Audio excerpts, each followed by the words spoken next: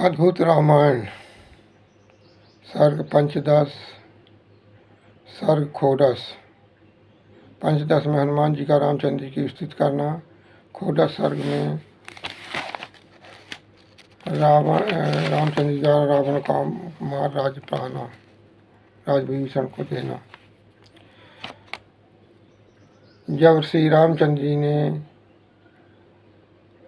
साख्य योग, उपनिषद वर्णन, भक्ति योग एवं अपने ऐश्वर्य का वर्णन किया, तब हनुमान जी श्री रामचंद्र जी की स्तुति करने लगे। श्री हनुमान जी बोले कि आप ही एक ईश पुरुष पुराण प्राणेश्वर अनंत योग आपके अंतर में स्थित हो, सबके अंतर में स्थित प्रचेतस पवित्र ब्रह्ममय पवित्र आपको नमस्कार है। आपसे सारा जगत उत्पन्न होता है। आप सर्वात्मा शिष्ट के परमात्मा भूत हो। सूक्ष्म बड़े से बड़े आपको संत महात्मा कहते हैं। हिरण्यगर्भ जगत के अंतरात्मा आप पुराण पुरुष से सब जगत उत्पन्न हुआ है। हे राम, आप ही को परम प्राणदाता हरमित्र ईश कहते हैं। चंद्रमा पवन चेतन धाता आदित्य अनेक रूप हो। आप ही परम अक्षर जानने योग्य हो। आप ही विष्णु चतुरानन हो, रुद्र भगवान ईश हो। आप विश्व की नाभि प्रकृति प्रतिष्ठा सर्वेश्वर परमेश्वर हो। आपके चरण कमल के स्मरण मत से संसार के बीज जन्म मरण से नष्ट हो जाते हैं।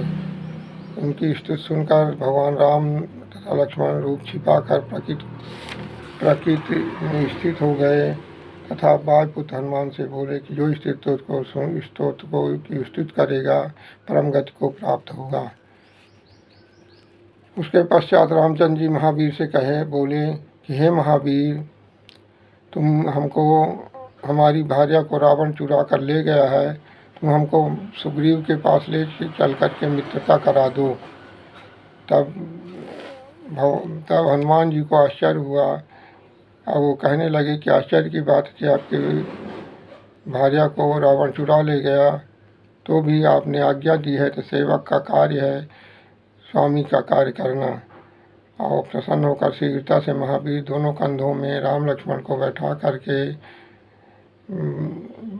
वानरोत्तम सुग्रीव के पास ले गए।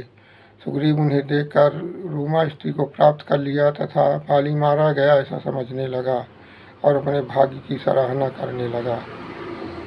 बाली को मारकर सुग्रीव को राज्य दे देशांतरों से बानर बुला करके सीता की खोज कराई। हनुमान अंगद के ऊपर राम लक्ष्मण चढ़कर सुग्रीव के साथ सागर के किनारे गए।